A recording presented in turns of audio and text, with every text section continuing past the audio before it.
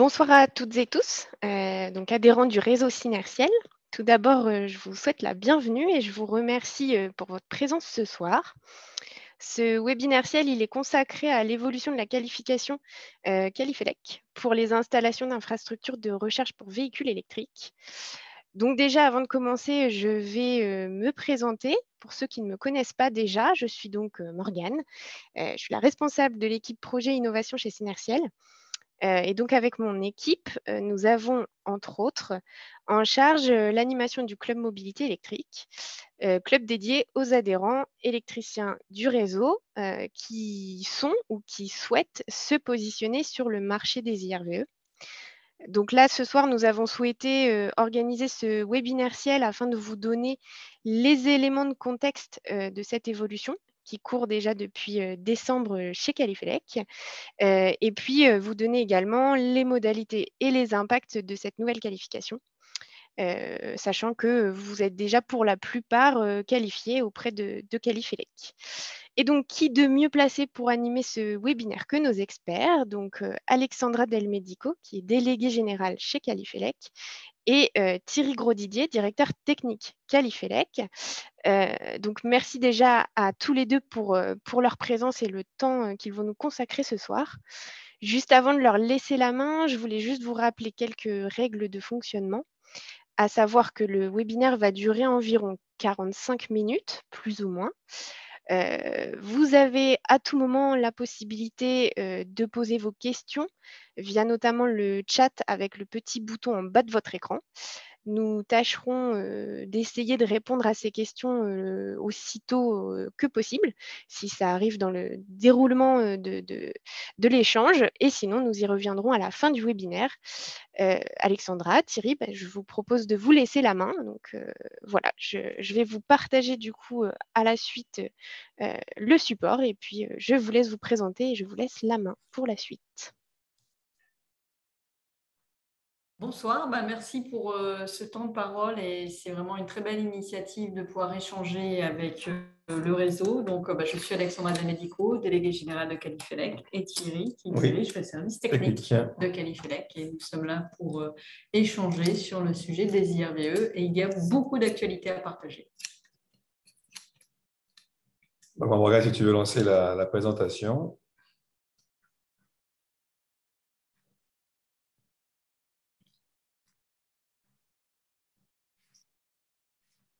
Donc, on vous propose effectivement de dérouler en quelques slides, hein, l'idée étant de laisser la part belle plutôt à l'échange qu'à vous plaquer un discours. Donc, c'est de rappeler les quelques points des aspects réglementaires et des évolutions qui sont celles qui ont vu le jour depuis la fin de l'année dernière. Donc, on commencera par effectivement rappeler qu'on agit dans le contexte réglementaire qui est celui initialement du décret de 2017 qui a lancé en fait l'impulsion de la densification du marché des infrastructures. On a fonctionné sur ce rythme-là pendant quasiment 6 ans, 7 ans, 5 ans, pardon. Et nous, on a accroché le wagon de la qualification dès le moment où le décret est sorti. Et on a d'abord mis l'accent sur le fait qu'on souhaitait que ça soit d'abord un marché réservé aux installateurs électriciens, ce qui fait qu'on a créé une mention IRVE qu'on a rattachée à une qualification métier qui était différente selon les univers de chacun. Et on a fonctionné comme ça pendant 5 ans. Sachant que c'était la partie formation qui était la clé d'introduction, avec des niveaux de formation que vous connaissez peut-être, de niveau 1, de niveau 2 ou de niveau 3. On ne va pas se le cacher, ce marché, il a quand même beaucoup évolué, puisque nous, sur l'impulsion de 2017, on a vu s'envoler les demandes pour arriver assez vite à 1000, 1500 entreprises qualifiées. Et puis, on a donc observé fin 2020 qu'il y avait une évolution réglementaire qui allait voir le jour. Elle s'est concrétisée à travers tout d'abord un décret en mai 2021, sans arrêté, pas de décret applicable. Donc, les arrêtés d'application de ce décret ont vu le jour le 27 octobre 2021, dans lequel on a retrouvé non seulement une clarification par rapport aux exigences de l'installation, mais on a surtout vu naître des éléments importants qui sont celles liées en fait à la partie études et à la partie maintenance. Ce qui nous a amené donc à faire évoluer un petit peu la reconnaissance professionnelle de l'IRVE et de passer d'une notion de mention à une notion de qualification. Donc, si tu veux bien passer, Morgane, à la slide d'après.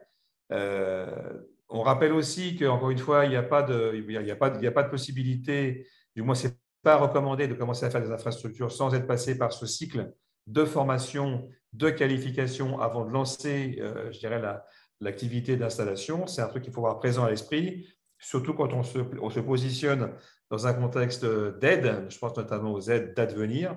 Il n'est pas possible de commencer à travailler des aides dans le programme Advenir si on ne peut pas présenter une qualification professionnelle. Donc, sur la slide d'après, on vous présente comment on a structuré et comment on a fait l'évolution de la reconnaissance de l'IRVE. Donc, l'IRVE, c'était un peu, en mention, c'était un petit peu open bar. On ne distinguait que l'aspect formation avec les niveaux 1, niveau 2, niveau 3. En même temps qu'on a vu l'évolution en nombre de professionnels se qualifier sur le sujet, on a surtout vu aussi des acteurs qui se positionnaient exclusivement sur l'IRVE. On ne pouvait pas non plus renoncer et priver les professionnels de se positionner uniquement sur cette activité-là.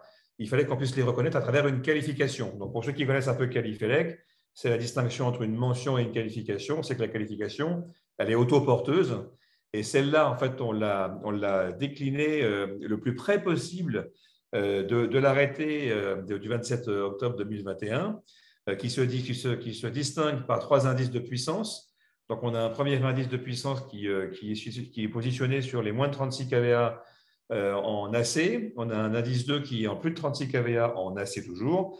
Et un indice 3 qui est plutôt en DC, et notamment en 50 kg, au-dessus, en 50 kg, au moins en DC. Pareil, pour se caler par rapport aux mentions qui, on le rappelle, sont optionnelles, sont facultatives.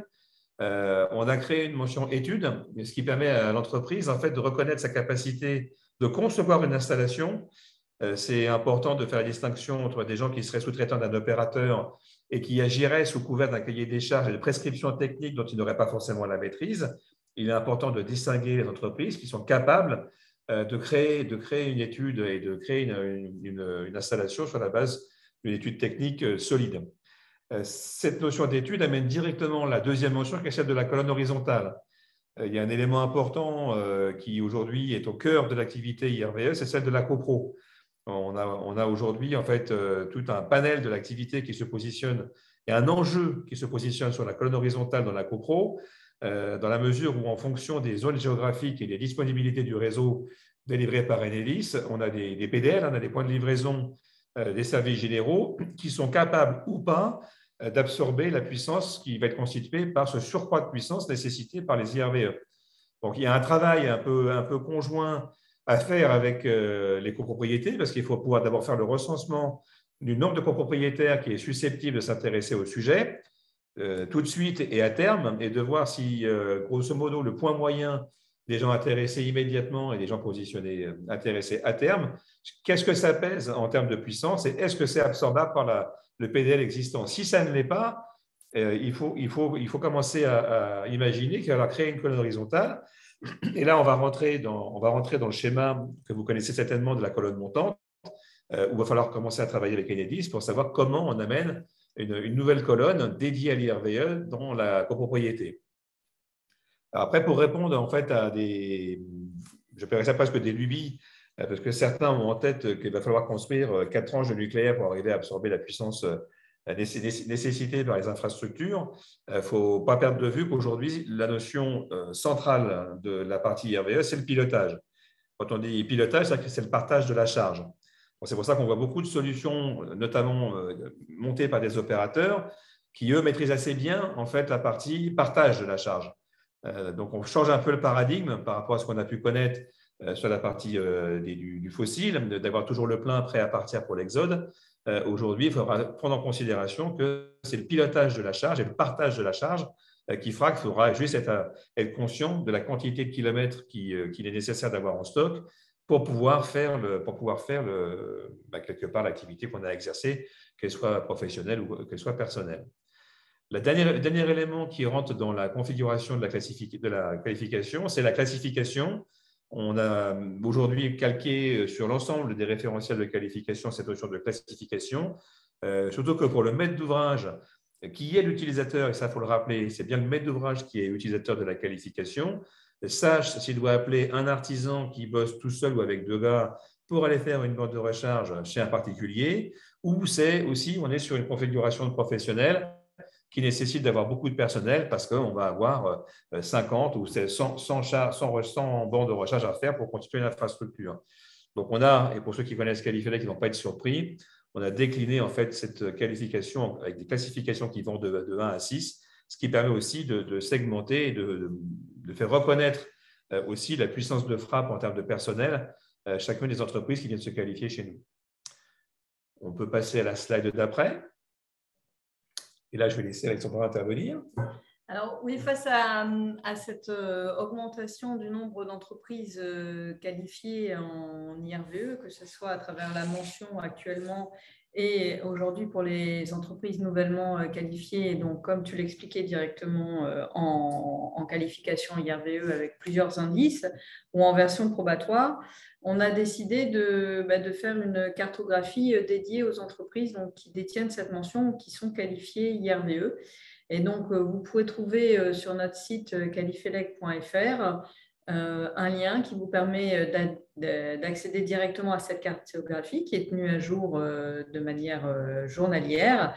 Et si vous êtes qualifié, si vous avez déjà une mention IRVE ou un indice de qualification IRVE, vous pourrez vous trouver.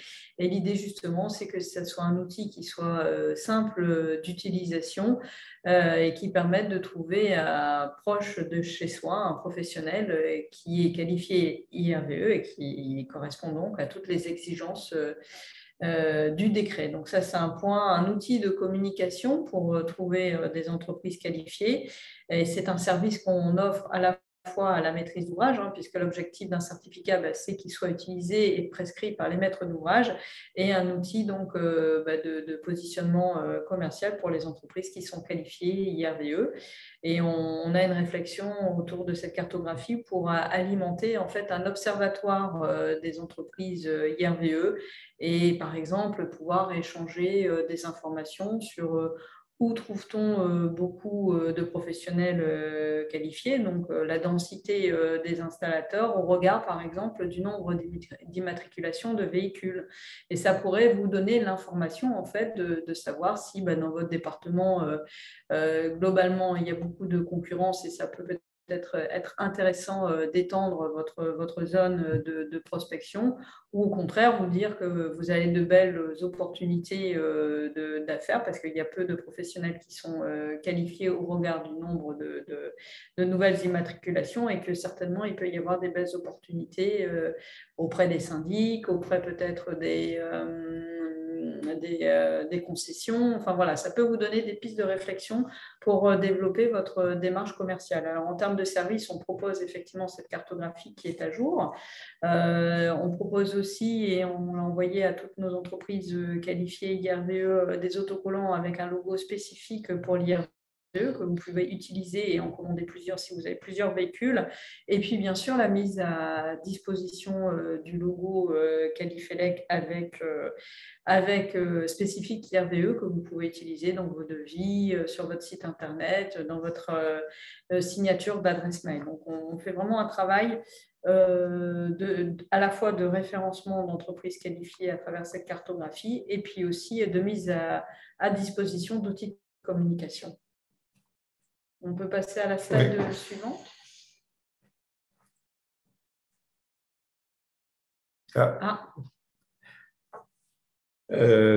Oui, donc en fait là ouais, c'est bon. Donc je sais qu'on a 2 types de populations dans l'assistance, de gens donc, qui nous connaissent et de qui nous connaissent forcément un petit peu moins. Donc on rappellera jamais assez qu'il y a bien une première clé d'entrée qui est la nécessité de la formation. Donc aujourd'hui, on est encore sur des référentiels de formation qui sont ceux qui ont été imaginés quand on a écrit le décret de 2017. Donc c'est niveau 1, niveau 2, niveau 3, qui ne sont pas forcément très appropriés par rapport au décret de 2021. Donc il y a un groupe de travail qui s'est mis en place pour faire évoluer ces niveaux de formation et notamment pouvoir y introduire des éléments liés à l'étude et liés à la maintenance. On n'insistera jamais assez sur la partie maintenance. C'est pour nous un élément clé de la confiance que le client particulier, enfin le maître d'ouvrage au sens large, peut accorder à son professionnel et pour éviter qu'on ait, parce qu'il ne faut pas se le cacher, aujourd'hui, on est quasiment à 3000 entreprises qui sont qualifiées dans le domaine. Vu le marché que ça représente, on attire forcément des gens qui sont assez mal intentionnés. Le fait de se positionner sur une activité de maintenance, ça rassure tout le monde parce que par définition, celui qui a envie de faire juste un coup et de se barrer, il n'a pas envie de pérenniser chez le client, il n'a pas envie de faire de la maintenance. Donc aujourd'hui, la formation telle qu'elle est indiquée là, c'est celle qui vous est offerte pour accéder à la formation, mais il faut entendre que ces évolutions, d'ailleurs le décret le dit, puisque dans le décret est indiqué qu'au 1er juillet 2022, il y aura des évolutions qui devront être actées. Donc tout le monde travaille dessus, on espère que ça sera effectivement prêt dès juillet 2022, mais on ne peut parler que des formations telles qu'elles existent aujourd'hui. Et demain, forcément, qu'il y aura quelques adaptations qui seront à prendre en considération. Donc, si on considère la qualification probatoire, il est clair qu'une formation de niveau 1 vous permettra de vous positionner sur une qualification probatoire d'indice 1, un niveau 2 en indice 2, un niveau 3 en indice 3. Ce qu'on fait pour ceux, et c'est important en termes d'affichage, c'est que ceux qui sont positionnés en niveau 2 de formation seront reconnus en probatoire à la fois 1 et 2. Puisque comme il y a un prérequis dans la formation pour suivre le 2, le prérequis, c'est d'avoir fait le 1. Et de la même façon, le prérequis pour faire du 3, c'est d'avoir fait le 1 et le 2. C'est-à-dire que quelqu'un qui aura fait une formation de niveau 3 sera reconnu en indice de qualification probatoire aussi bien 1, 2 que 3. Donc ça, c'est des éléments importants. Et même si ce n'est pas comme ça qu'il faut le dire, je le dis quand même, je vous invite à passer directement à un niveau 2. Le niveau 1, pour moi, c'est de la vulgarisation. Je ne sais pas ce que sera le niveau 1 demain, mais à mon avis, ça restera à l'état fragile d'une information plutôt que d'une formation. C'est quelque chose qui dure une journée, 7 heures, ce n'est pas beaucoup. Donc, il faut viser, je pense, le niveau 2. Le niveau 3, pour ceux qui s'intéressent notamment à la charge rapide, ça peut être intéressant, mais viser essentiellement le niveau 2. Pour cette qualification, je te laisse peut-être enchaîner sur moi, l'argent, ce n'est pas mon truc, donc je laisse Alexandra parler d'argent. C'est très simple. Si vous partez sur une qualification donc avec les indices probatoires, donc IRVE1, probatoire IRVE2 et ou probatoire IRVE3, les frais de qualification probatoire sont de 250 € hors taxe, quel que soit le nombre d'indices choisis. Et c'est payable au démarrage de la qualification, donc pour obtenir le premier certificat. Au bout d'un an, effectivement, on va vous demander des éléments administratifs pour obtenir le deuxième certificat annuel.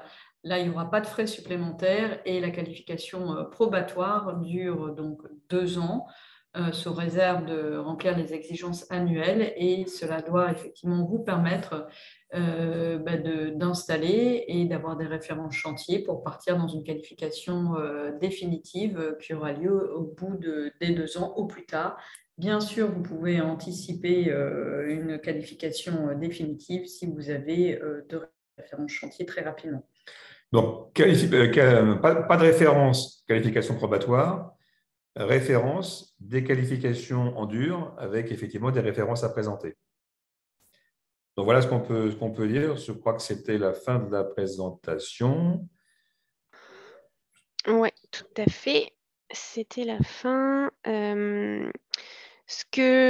Moi, j'avais noté quelques questions, notamment autour des documents à fournir pour le renouvellement de la qualification, comme un bon nombre d'adhérents du réseau Synertiel sont déjà qualifiés finalement en mention. La question, c'était de savoir si justement, au niveau du renouvellement, il fallait fournir le même dossier aussi complet que pour une mention à l'époque, ou si ça allait être simplifié pour ceux qui sont déjà qualifiés avec mention. Déjà, ce qu'on peut peut-être dire pour rassurer une partie de la population qui est qualifiée sous le ressort de la mention, c'est que cette mention attachée à un corps de qualification reste valable. On accompagnera cette mention IRVE jusqu'à la fin du cycle dans lequel elle a été placée et le renouvellement n'interviendra qu'à la fin de ce cycle de mention probatoire ou de mention tout court d'ailleurs. On peut avoir une population, nous on en voit, de gens qui sont qualifiés sous le ressort de la mention et qui, quelque part, par envie de se faire reconnaître plus particulièrement sur la partie IRVE en termes d'affichage, souhaitent migrer vers la qualification. Donc là, ça va être un peu du chirurgical parce qu'il va falloir qu'on voit dans le dossier qui a servi à monter la mention IRVE, est-ce qu'il y en a suffisamment d'éléments, est-ce qu'ils sont surtout suffisamment récents pour qu'on puisse les mutualiser et les projeter sur une qualification. Donc, ceux qui souhaiteraient, d'abord, encore une fois, ceux qui souhaitent rester tels qu'ils sont, il n'y a pas de souci, on n'y touchera pas. Ceux qui souhaitent migrer de la mention sur la qualification vers la qualification, il faut qu'on les prenne en charge parce que ça va être du chirurgical. Quel que soit le cas de figure, effectivement, ceux qui arriveront à la fin du cycle, pour ceux qui sont déjà qualifiés, ils seront pour ceux qui sont en mention. En fait, ils vont être splittés, c'est-à-dire qu'ils vont avoir un dossier qui va être à destination du corps de qualification sur lequel ils étaient positionnés. De ce que j'ai vu, c'était essentiellement logement, commerce, petit tertiaire. Et ils auront un deuxième dossier à créer pour la partie IRVE. Donc, il y aura effectivement un dossier forcément un peu plus costaud. Hein, c'est celui qu'on fait tous les 4 ans. Donc, il y a un effort à faire tous les 4 ans pour refaire son dossier de qualification, parce qu'après, le suivi annuel, il est relativement simple. Il y aura un effort à faire au moment du renouvellement pour à la fois refournir tous les éléments administratifs et rejustifier de références chantier avec les éléments justificatifs du type schéma, du type consuel, du type note de calcul selon la configuration des puissances dans lesquelles on va se situer. Donc oui, au bout des 4 ans, il y aura bien, pour ceux qui seront au bout de leur cycle de qualification, un dossier de renouvellement à faire. Ok, très bien. On a une question concernant les différences autour des classifications qui allaient de 1 à 6. Comment ça va se passer maintenant? Alors là, en l'occurrence, pour ceux qui nous connaissent, c'est la même que celle qui existe par ailleurs. Donc, je vais faire les extrêmes. Hein. La classification 1, c'est de 0 à 3 salariés. Et la 6, c'est de plus de 500. Donc, après, c'est segmenté. On a le 4 à 9, on a le 11 à 20, on a le 20 à 50, et on a le 50 à 499 et le 500 et plus. Donc là, en fait, ce qu'on s'intéresse, on s'attache à la quantité de personnel d'exécution dans la qualification demandée. C'est-à-dire qu'on va venir cibler, quand ceux qui se positionnent sur la qualification IRVE, quelle est la quantité de personnel que vous avez dédié à l'activité IRVE. Si vous êtes 50 dans l'entreprise et que vous n'en avez que 4 qui sont dédiés à l'activité IRVE, on classifiera sur la base des 4 dédiés à l'IRVE. Okay. Il y a juste un truc à retenir, mais ce n'est peut-être pas le plus gros de la population, c'est que dans le décret, il nous faut un référent technique par 20 techniciens. C'est-à-dire qu'à chaque fois que si vous êtes 40 techniciens dédiés à l'activité maintenance, il faudra que j'ai 2 référents techniques qui aient fait la formation. D'accord. Ok. C'est bon à retenir quand même. On avait une seconde question concernant la maintenance. Est-ce qu'il y a un cahier des charges de prévu pour la maintenance ou pas encore? Ou est-ce que ça va venir? C'est ça. Donc, en fait, pas maintenant, parce que comme tu le dis, en fait, ça va venir avec les évolutions de la formation. Aujourd'hui, nous, on est capable de le faire parce qu'on a des gens qui sont déjà positionnés en maintenance. Donc, si tu veux, sur la base de contrats de maintenance qui sont déjà élaborés, on est capable de reconnaître l'activité maintenance de l'entreprise. Si quelqu'un est intéressé par l'indice maintenance, majoritairement, les professionnels sont plutôt attachés à une marque de borne. Il faut se rapprocher du constructeur de la borne qui, lui, a en gros le déroulé des gammes opératoires qui sont celles à mettre en œuvre pour maintenir une borne de recharge en état de fonctionnement. Il y aura quelque chose de plus mutualisé qui sera intermarque, si j'ose dire, demain. Aujourd'hui, il faut s'appuyer sur des prescriptions techniques de la marque. D'accord, ok, merci. Sachant juste pour compléter l'information que ça reste essentiellement du contrôle d'installateur électricien un peu traditionnel. Hein. C'est éventuellement de la caméra thermique, c'est du resserrage, c'est du test de différentiel, c'est du contrôle d'isolement. On est quand même à part la partie des banques qui sont monétisées sur lesquelles finalement ce qui pose le plus de problèmes, c'est le côté badge, le côté monétisation. Sinon, pour l'aspect purement électrique, l'entretien d'une borne reste quelque chose qui est assez comparable à la maintenance d'une installation électrique traditionnelle. Oui, ok. Alors, j'avais une autre question également, c'était concernant la partie probatoire sur la mention colonne montante. Est-ce qu'il y en aura une ou pas? Oui. Et est-ce que il y en sont a les une. modalités? Donc, en fait, on a pour l'instant calqué nos exigences pour la colonne horizontale, puisqu'elle s'appelle comme ça. On l'a calqué sur la colonne montante. C'est-à-dire qu'aujourd'hui, on a 3 acteurs que nous avons référencés pour l'attribution de la mention colonne montante, mais qui sera les mêmes pour la colonne horizontale, c'est l'Institut de formation Cahors, c'est Formapélec et c'est Consuel. On leur a demandé, en fait, dans ces cursus de formation colonne montante, on leur a demandé de faire un petit focus sur l'IRVE, puisqu'on a quelques particularités de matériel, notamment, qui sont un petit peu différentes. On a notamment des prises à griffes qui ne sont pas présentes sur les colonnes montantes traditionnelles. Donc, ils sont en train de retoucher, mais ce n'est pas non plus le plus gros du référentiel de formation, mais d'introduire quelques particularités qui sont celles de la colonne horizontale. Mais aujourd'hui, si vous souhaitez vous faire reconnaître en probatoire colonne horizontale, il faut aller faire les formations chez les 3 acteurs dont on vient de parler. Cette formation se distingue par deux volumes, 2 aspects, de modules plutôt.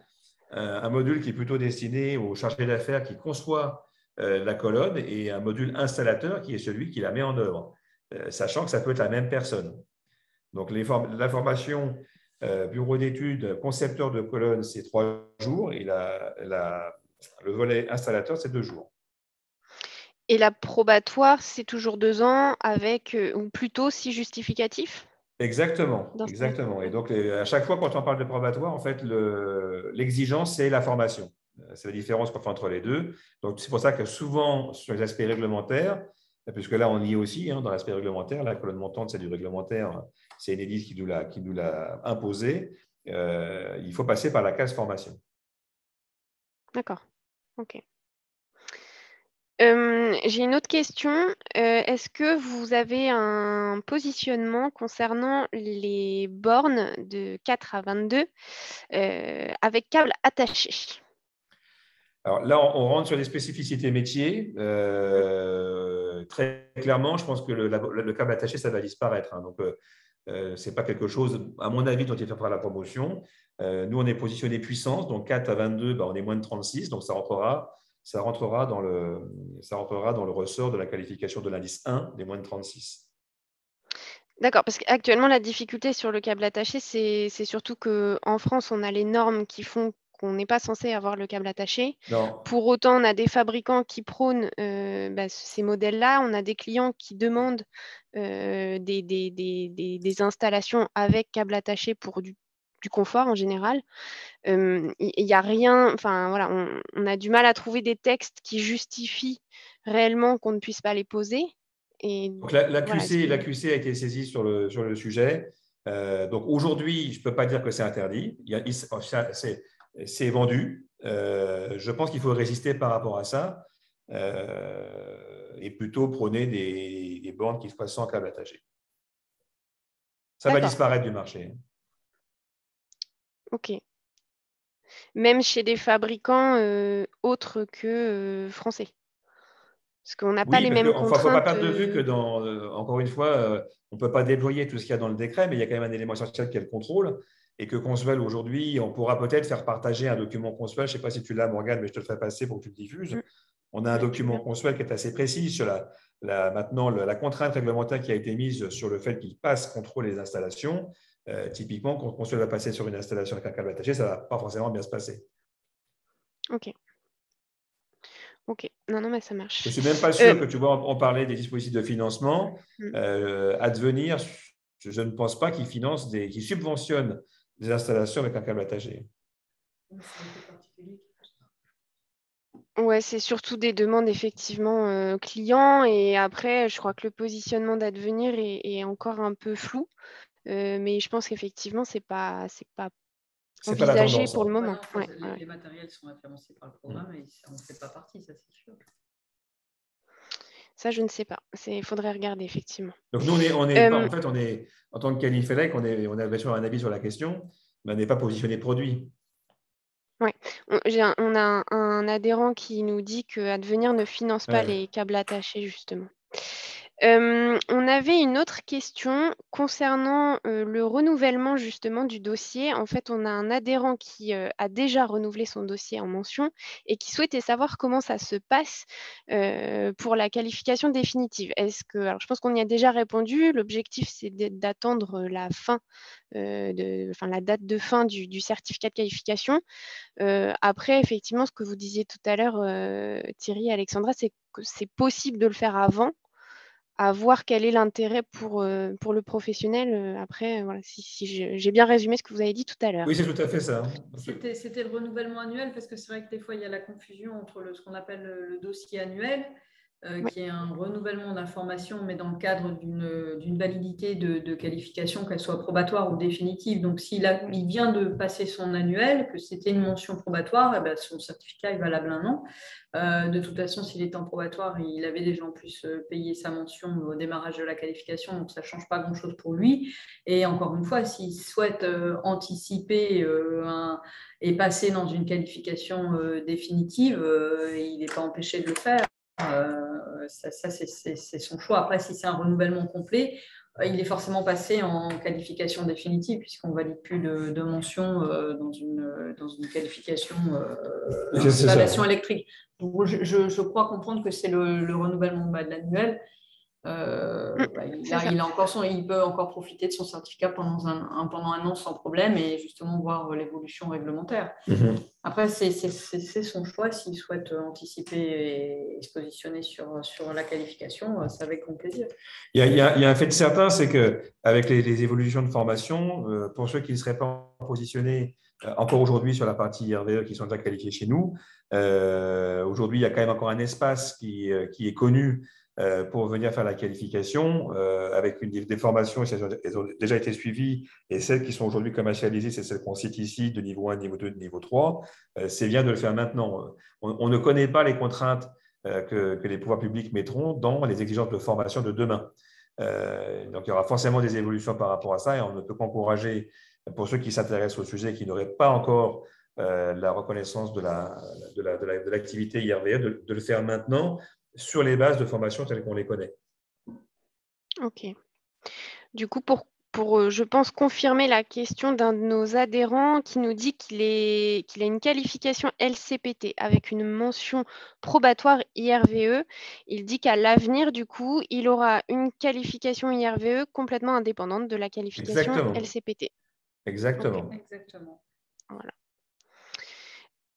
Est-ce que dans le cadre de cette nouvelle qualification, il y aura, lors du montage du dossier, des nouveaux documents à fournir? Est-ce que le dossier est relativement similaire? Ou je pense notamment aux différentes mentions. Est-ce qu'il y a peut-être des documents complémentaires à amener? Ou alors peut-être que ce n'est pas encore complètement défini en fonction des mentions? Sur les indices de qualification, c'est le même principe. Il y a une fiche référence qu'il faut renseigner intégralement, avec un document justificatif qui va être soit le consuel s'il y a consuel, soit une attestation de satisfaction client, avec un schéma de l'installation et une note de calcul. Sur la partie maintenance, ça sera 2 contrats de maintenance. Sur la partie colonne horizontale, ça sera le BABA, c'est la formation, plus des références si on a, sinon on sera en probatoire. Pour la partie études, ça sera le profil bureau d'études. Donc, on a dans le référentiel, mais que tu pourras diffuser parce qu'il est sur le site. Ça sera plutôt un profil en personnel avec de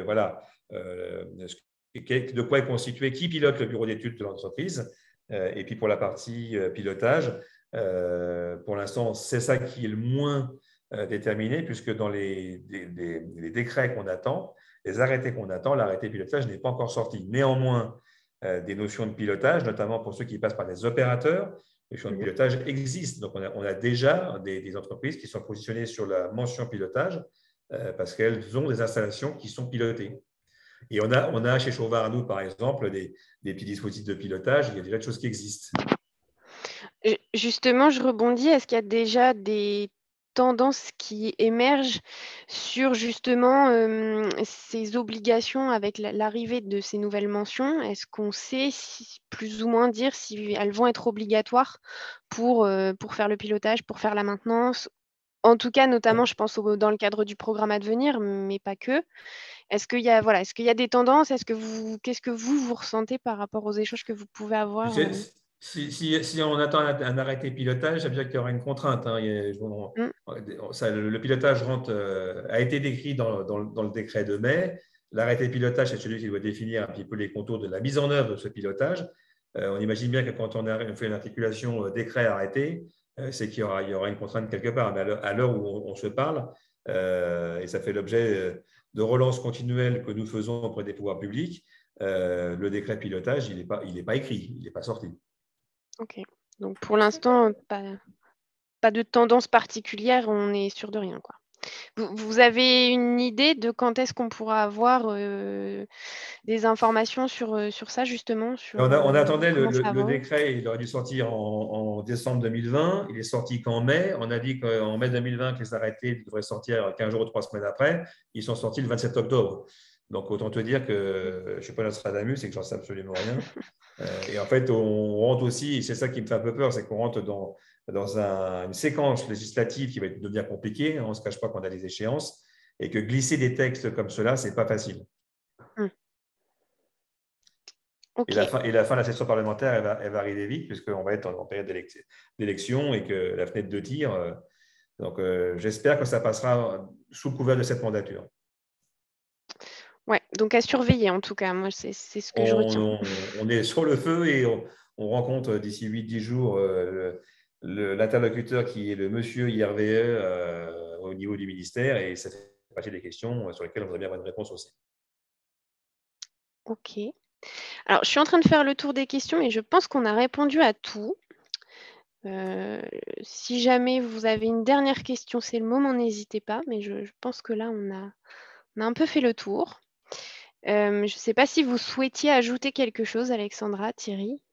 C'est surtout qu'il faut recenser quels sont les besoins. Quand je dis qu'on a fait du chirurgical, c'est ce qu'on fait tous les jours en ce moment sur la partie IRV, en fonction de la configuration de ce que les gens ont déjà ou de ce qu'ils ambitionnent. Ce qu'il faut, c'est on sache exactement profil par profil quel est le besoin et qu'on puisse guider au mieux tous ceux qui souhaitent se positionner sur le sujet. Ok, bon, donc moi je note que si nous avons des adhérents qui auraient des questions et qui souhaiteraient basculer de leur mention à un dossier de qualification à part entière, ils peuvent revenir vers moi ou vers Oui, le service projet, et puis on verra avec vous comment on peut faire pour ces professionnels-là. exactement. Je vérifie, mais je n'ai pas eu d'autres questions. Donc, ce que je vous propose, c'est de conclure. Moi, je voulais en tout cas vous remercier tous les deux, Thierry et Alexandra, pour votre présence, votre expertise, qui est bien nécessaire. Et puis, en tout cas, voilà, merci à vous deux, merci à tous les professionnels qui étaient présents ce soir. Donc, vous aurez aussi la possibilité de consulter le replay, comme d'habitude, hein. Il vous sera envoyé, alors, si je ne dis pas de bêtises, c'est sous 48 heures, avec le support qui a été présenté ce soir également.